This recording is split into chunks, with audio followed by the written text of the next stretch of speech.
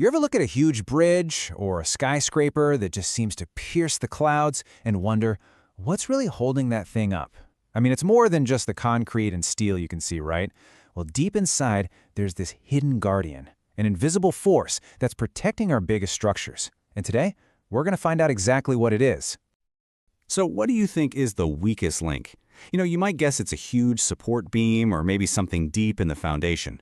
But the truth is, the biggest vulnerability often boils down to a measurement so small you could miss it in a blink. And it is absolutely critical. We've all seen this, right? That cracked, crumbling concrete with those nasty rust stains bleeding out. It looks terrible. And it's so easy to just write it off as, oh, the building's just old. But what you're actually seeing, that's just a symptom. It's the visible proof of an invisible failure, something that went wrong deep inside the concrete, probably years before those cracks ever showed up. And that gets us to the real heart of the issue. The concrete itself, it's usually not the first thing to go. The real battle is happening just beneath the surface, in a fight to protect the hidden steel skeleton that gives the concrete all of its tensile strength. So, what is this secret protector? How do we actually shield that vital steel from harm? Well, that brings us right to the core of our topic. Let's define what is, without a doubt, the structure's most important suit of armor, the protective cover. Okay, so the official definition sounds pretty straightforward. It's just the minimum distance between the reinforcing steel, you've probably heard it called rebar, and the outside surface of the concrete. But don't let that simplicity fool you.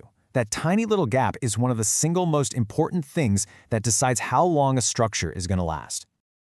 Here's probably the best way to picture it. If you think of the steel rebar as the skeleton, providing the strength and the shape, then that concrete cover is its skin. It's the first and honestly the most important line of defense against everything the world throws at it.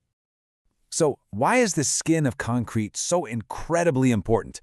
Let's get into the science of it and see how it actually shields that steel skeleton from all kinds of harm. This concrete cover basically has three main jobs. First, and this is the big one, it stops the steel from corroding.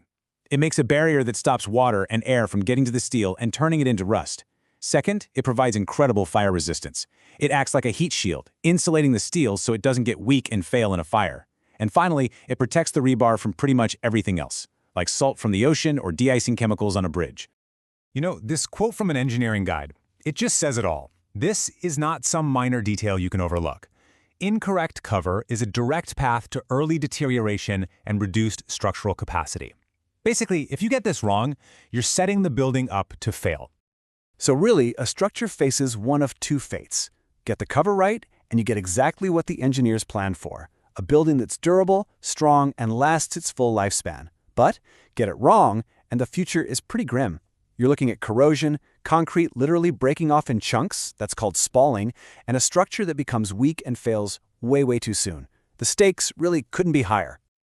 All right, so this is all obviously super important. But how do you actually get it right out there in the real world? Let's dive into the practical side of things, getting these details right, from the first drawing on a blueprint all the way to the finished building. Now, the amount of cover you need isn't a one-size-fits-all kind of deal. It changes depending on what part of the building it is and what kind of environment it's in. So, for example, a concrete slab inside a nice, dry building might only need about 20 millimeters of cover. But a foundation, buried in the wet ground, that needs 75 millimeters, almost 4 times as much. The rule is simple. The tougher the environment, the thicker the armor has to be. So, how do we make sure this happens every single time? Well, it's a really disciplined 4-step process. First, the engineers specify the exact cover needed in the design plans. Second, the construction crew uses these little spacers, they're called cover blocks, to physically hold the steel cage in the right spot. Third, and this is so important, there's a detailed inspection right before any concrete gets poured. And finally, there's quality control throughout the whole process. It's a whole system of checks and balances to get it right. Okay, let's wrap this all up. At the end of the day, this isn't just about building things by the book.